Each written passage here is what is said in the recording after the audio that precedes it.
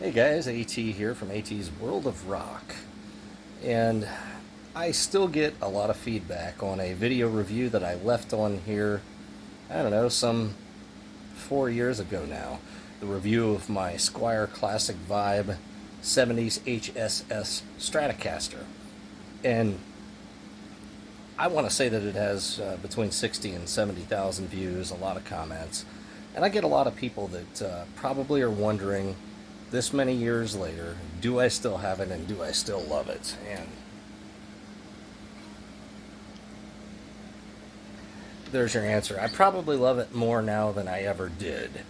I had a gentleman in town here, Wes Normant, and he is a terrific setup tech for guitars, great with amplifiers, tube amps.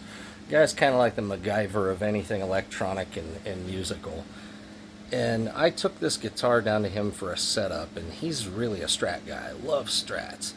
And this Strat just came back playing better than I could have ever imagined. It's really stood the test of time, and it's getting a lot more stage time in my live show. You probably wonder why you don't see a lot of videos of me playing it live. And I've always been more of a stop tailpiece guy. In other words, Les Pauls, SGs, the PRS stuff. The stuff with the Strat spacings haven't really touched my soul, so to speak, but I like Strats. I do. Just not as hard rock acts, or axes rather. This has changed my mind a lot. This guitar, it's just a total sweetheart. It's one of the best investments I ever made.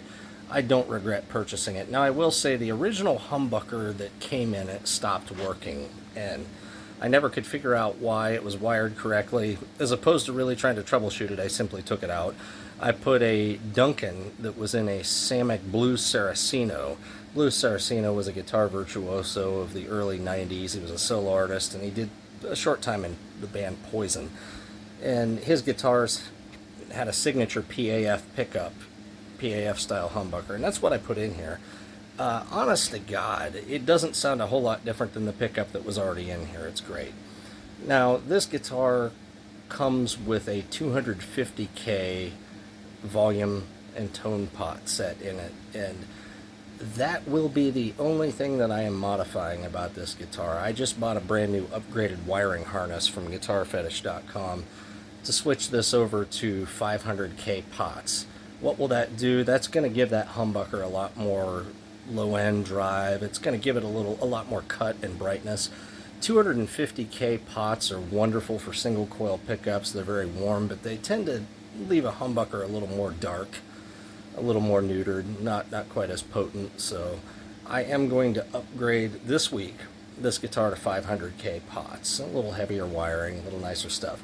This is not a necessary move. This is a because Adam wants to do it kind of move. There is nothing wrong with the way this guitar sounds, but if you are somebody that's a little more of the high gain, heavy metal type of preference, which I'm not necessarily, but you might want to make that modification to this guitar. This wiring harness only cost me like $36 or something like that. It's pre-soldered. Polypro capacitors. They are 500K alpha pots. Really nice setup. Ready to just drop in after soldering a couple wires. So I am going to upgrade it this week. But again, I mean, I could live with this guitar the way it is, but the curiosity is killing me. It's also going to give those single coils a lot more bite.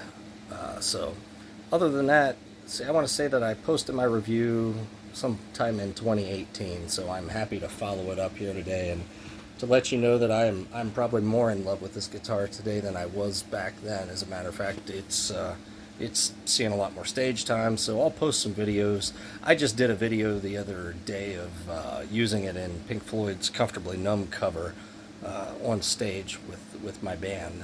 So if you want to, check that out. But yeah, my original review is on here, and it's one of the top reviews on YouTube. I'm not some pro reviewer. I consider myself somewhat of a professional guitar player, but videos and that type of thing aren't really my strong suit. So it was literally done with a cell phone camera, but I think people like it because it's real.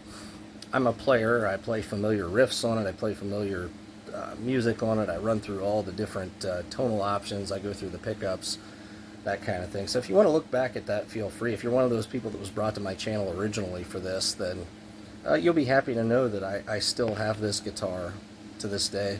I have no plans to sell this guitar. This is the best $500 Stratocaster you can get. I would, if I had the choice to buy this and an American Stratocaster, I'd say save your money and buy the Classic Vibe. Fender's Classic Vibe stuff is amazing. I guess Squier.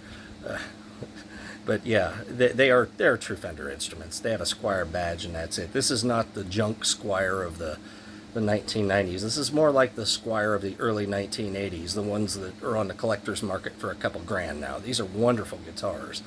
They're well built. The 50s Strats, the 60s Telecasters, I love all of them, and I applaud Fender for building these much better. These are way better than any Mexican standard Stratocaster I've ever owned, or a Mexican standard Tele or anything like that. So they're not quite American, but they're much better than Fender Mexico. So in any event, take care, folks. Happy to be here today with this update. Hope you enjoy it.